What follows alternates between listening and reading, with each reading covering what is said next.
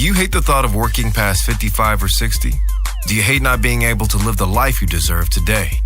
Do you hate not knowing what your financial future looks like? It's time to stop doing what you hate. Here's your host, Mr. Harold Green. Hello, everybody. This is Harold Green of Braintree Wealth Management, and it is time to stop doing what you hate. Hope you're having a fantastic day, an even better week, and an even better month, and an even better year. Like I said before in one of my shows, I don't like just talking just for the sake of talking. I like to live and then live to talk to you folks about, what I've lived through and what I've seen in the past couple of weeks or whatnot. But today, I have a little bit of an interesting show for you, because the last show was about mental barriers to making money. And I kind of want to stay on that just a little bit. But first, I want to tell you a little bit about my week. Today's Sunday for me. And I think I had a pretty decent week. And one of the highlights, or some of the highlights of my week, were just getting texts from people sending me like photos of them traveling and going all over the world and stuff, and saying stuff like, yo, thanks for funding this. Without your hard work, none of this would have been possible, and stuff like that. And, that just melts my heart, because it's not necessarily me doing the hard work, but they did the hard work in trusting me, and then having faith in my abilities, and then having faith in what I've told them, to just stick it through and to see it through.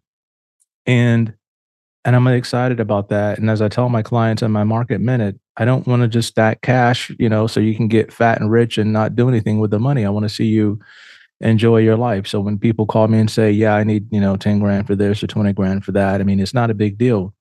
And honestly, the reason why they're calling me and asking me for it is because of the system that we have in place, and that you don't want to keep too much money sitting in places where it's not doing anything for you. Some people will say, well, I'm just saving this money over here because I'm going to take a trip. Well, depending on how we invest the money, you could take 2 or 3 trips, depending on the season and the time. Now, all investments do carry risk of loss. Go do your due diligence. Past performance is no indicator of future results. You have to understand your risk tolerance and all of that good stuff.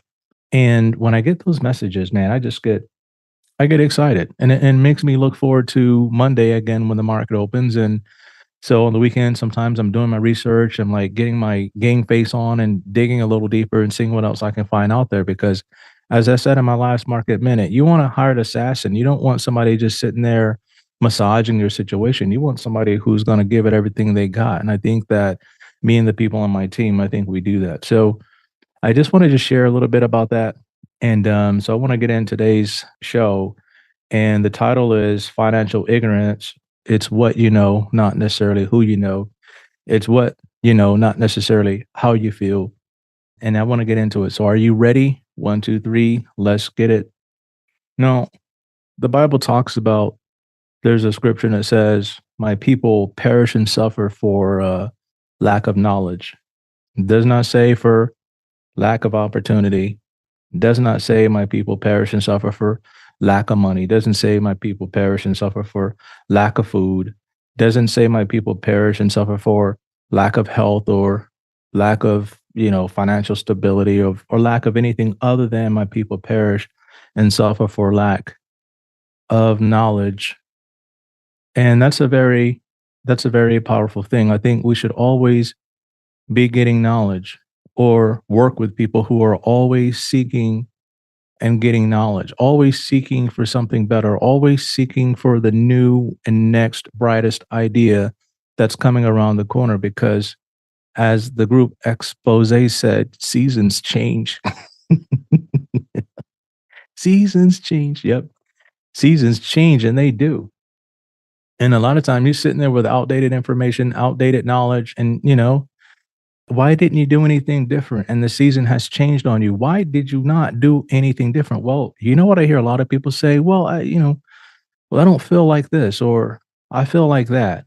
And in today's world, I see more people caught up on how they feel more than anything in the world. They just want to feel good. I want to be able to sleep at night. I want to be able to do, I want to feel a certain way. I want to feel happy. I don't want to feel sad.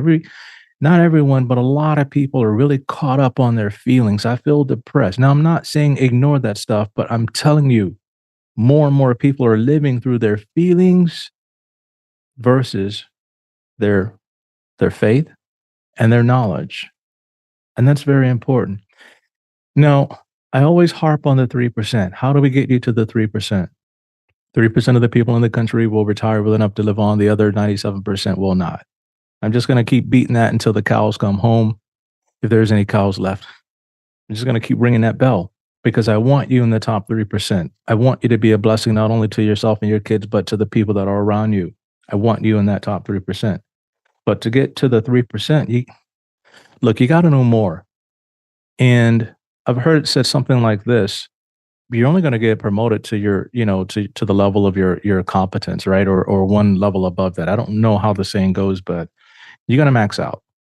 And unless you grow and learn more, you're going to max out. And you ever heard the saying that, they must know something that I don't know? They must know something that I don't know because look at how they're living. Look at what they're doing. How can they afford to do this? How can they do that? They must be doing something that I'm. What are they doing that I'm not doing? I hear this stuff all the time, and I'm going to tell you the biggest secret why people, when they find out what it is that others are doing, I'm going to tell you why they don't do it. Yes, they do. They know more. And what is it that they know that you don't? But it's not just what you know, it's what do you believe? And that's very important. What do you believe? A lot of people don't believe that using the stock market is a legitimate thing to make money. They don't believe that. They don't think it's right. Some people think money, I heard this said a lot. Money is the root of evil, right? Money is the root of evil. No. It says for the love of money is the root of all sorts of evil. It's the love of money that is the beginning and the seed of evil. It is the love of money, not money in and of itself. I've heard this quoted to me over and over and over again. And when you start to repeat something over and over again, it gets into your mind and then you start to believe it and then you start to act on it. That's insane. A lot of times people believe that it's rigged. I believe the market can be manipulated at times, but overall, it's a financial system, just like the voting system, just like the medical system, just like the education system. You ever heard somebody say, "I'm not putting my money in the banks because the banks are rigged. They're crooks. Just pay me in cash." Like what? Good luck with that, buddy. I mean, Social Security is not going to be much, right? I see people doing that stuff and getting paid under the table, man. It's stupid. And then Social Security come around, he's 65, and they ain't got nothing to show for it. They ain't saved cash. There's nowhere they spent it. I'm not going to the doctor because, what if they make me sicker than what I already am? And they're just trying to make me sicker so they can give me more medicine and get paid for it. I mean, just, you wouldn't fathom the crazy things that people believe. I'm not going to college because, what's the point? A lot of people get college degrees and they get jobs that are different than what they went to college for. Yeah, that may be true, but is that an excuse for you? I'm not going to church because every time I go to church, all they do is they take up offerings and they just want money. That's all they do. I'm not hiring an advisor because I got to pay fees and what if they don't perform and stuff like that? Like, what is it that you believe? So I want to kind of go through some common knowledge that we all know, right? This show is going to be so basic, but I'm going to tell you the secret why people don't act on what they believe, right? Common knowledge. Now, you all know that over time, if you invest money and you put it in the proper things in the market, it will do well over time. Many of us know that. Many of us even believe it, but there's a reason why we won't act on it. We all know that buying a home, putting the money in the house, right? Paying a mortgage, we all know that over time, the house is going to appreciate. We know that. But why don't we act on that? Some of us, anyway. Some people say, I just rather rent. Now, sometimes renting will make sense. And I've talked about that in some other shows. But I'm talking about the thing that gets people not to act on what they believe, right? Now, I don't get too complicated with this. But again, we talked about investing. We always talk about investing, and we always talk about generating rates of returns and so on and so forth. I want to talk a little bit about the rapid retire financial planning process. If I can segue into that, cash reserve system, income generation, cash flow management. And this is a very big thing. We all know that we're supposed to be operating on some kind of budget, right? But why is it that we will not sit down and figure out what our expenses are? My wife and I, we do this all the time. This is what we do. I don't care how much money I make, I'm going to know everything that comes in and everything that goes out. Either I'm tracking it or she's tracking it or some kind of somebody is tracking what we're spending, right? But there's a reason why people won't track what they spend. No, this is not for any one particular person. This is a generality that I find very common. And it's one of the things that I have people do before they come in and sit down with me for the most part. I want them to understand what their inflows and their outflows look like, right? But some people just will not do that. They're just, I don't know if they're, well, I can tell you what it is, and I'll tell you what it is in a second. Now, I want to talk also about paying off debt. And one of the things that we always talk about is leverage and how to leverage your assets. And depending on who you are, you may be a sophisticated investor, you may be a unsophisticated investor, but you know that leveraging, depending on the situation that you're in, leveraging your assets is a good thing to do, depending on your situation. But why is it that some people don't feel comfortable leveraging their assets? This all boils down into one particular thing. Why do people pay for college that they know they can't afford? Why do people send their kids to schools that they can't afford? Why do they buy cars that they can't afford? Why do they, this is crazy. Why do they marry the person that they maybe know that they shouldn't marry? Their head says one thing, but there's one other thing that says, you know what? You got to go with me. You got to go with me on this. Sometimes people will call me when the market is really bad. They know they shouldn't call me and tell me this, but they call me and they tell me anyway. They say, you know what? I don't like what you're doing right now. I don't like the way the market is acting right now. I want you to do this instead. What is the one thing that causes them to do that? You are shortchanging your success. And when I looked at people's portfolio over the last 3 or 4 months, and I looked at the ones who said, Harold, you know what? Look, man, I got your back. I know this looks bad right now. I hear everything that's going on out there, but you know what? I got your back. And you know what? I know you're looking out for my best interest. And I'm going to ride with you on this. All right. I'm riding with you. I trust you because I know we're going to come out better on the other side. What was different about them? Why did they not act on, say, an emotion or a feeling? What was the difference with them? I'll tell you what that was in a little bit. And so I'm telling you all this because I want to challenge you a little bit. I'm going to challenge you as to what do you think it is, or why do you think it is that you won't believe, right? And then why is it that you won't do what you know that you're supposed? What is it? What's stopping you? What's holding you back? And I'm going to challenge you to deal with this one little thing in a minute, because when you truly believe and you have it deep down inside of your heart, then you take action on that belief. And it's going to have to come by knowledge, right? Knowledge, I would say experience. I can teach people a lot of things, but this one thing that I have a hard time getting people to overcome is their emotions.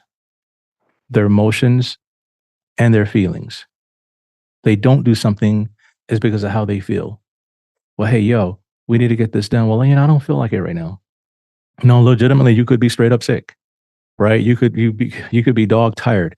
That's understandable, right? We all have periods of times where we need to take downtime, where we need to take rest. But other times when we know, right?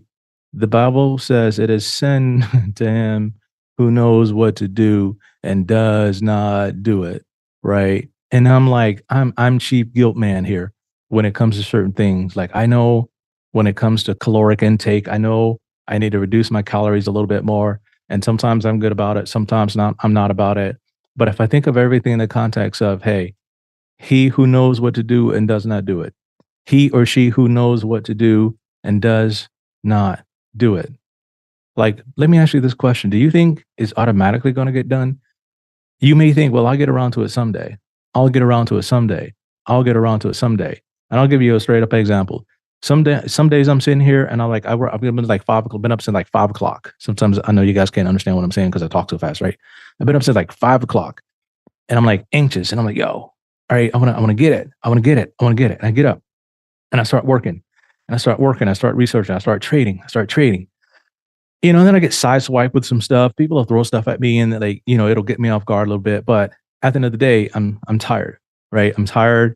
And sometimes I don't eat. I'll drink like protein throughout the day and just, do my workout, drink my protein and just get my vitamins in and stuff. And usually when I'm sitting down trading, I don't like to sit there and work on a full stomach because I feel like it affects my brain and I get like sleepy or whatever.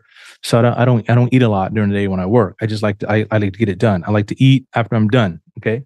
My reward is like lunch or something. I'll eat something when I'm done.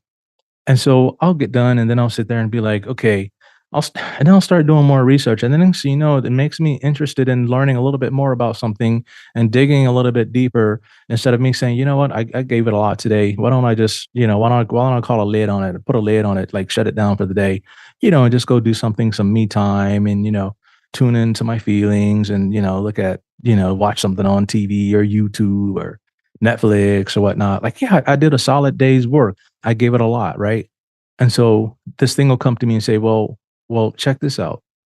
Well, here's some information for you. I'll come across something. It's like, why don't you dig a little bit deeper into that? Next thing you know, I'm finding a trade.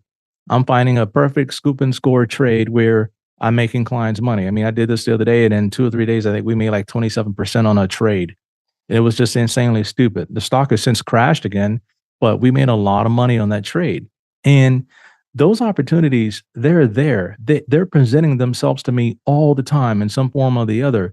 But you know what stops me from finding them? It's either how I feel that day. Like I may feel a little bit sluggish, or I may feel a little bit depressed, a little bit. Like you guys say, depressed. Yeah, I sometimes I do get, I get a little emotional. You know what I mean? Like I go through stuff, and people do piss me off. Don't get me wrong. I am human, right?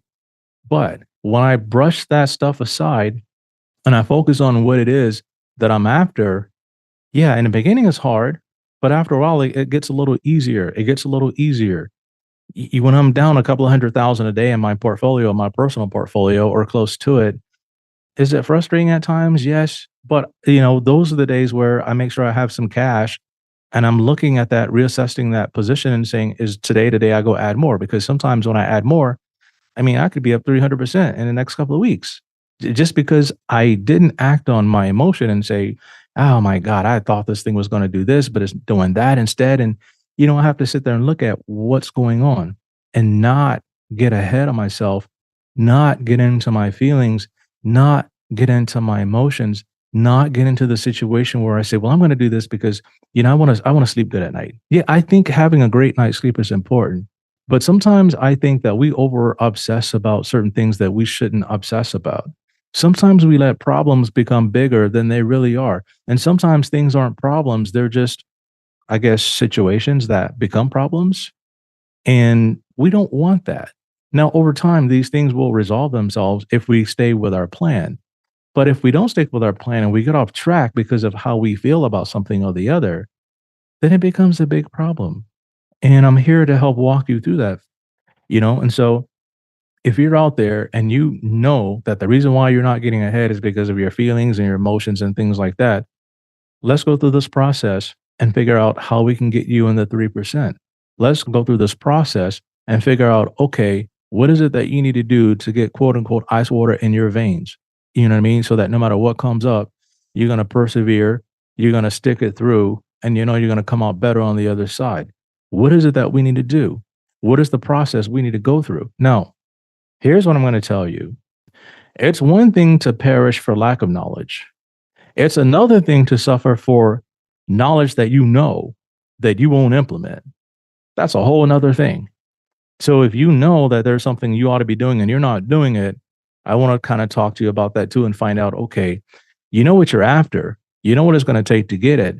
But what is it that's stopping you from achieving your results? All right. So go through my referral process, check out the website, do the homework, Just start taking the steps to get to where you need to be. Because I'm going to tell you straight up, you got to do this stuff while you're young. If you're not 70 yet, I consider you still, relatively young in your 60s, still mentally bright, acute, aware. You can think, you can strategize, you can do things. If you don't do this stuff while you're young, by the time you get older, you probably will have no choice in the matter, no say in the matter. What care home you go to, your kids are going to decide everything for you. The lawyers are going to decide. The CPA is going to decide. People are going to decide things for you, and you have literally no control. And the worst situation to be in is to be physically unable, but mentally sharp as a tack. But you're physically unable to do things, and others have to do things for you. And already you can see yourself at odds with their choices and their decisions. So why don't we work and set this stuff up just the way you want it now, so that you're always in control and you're not going to have to be led around by somebody else's feelings, somebody else's emotions. Why don't we get this done right now? So check out the show notes, go through the process, get on my calendar, and let's see if we can make this happen for you. And until next time, everybody, 1, 2, 3, let's get it, even if you don't feel like it. This is thepodcastfactory.com.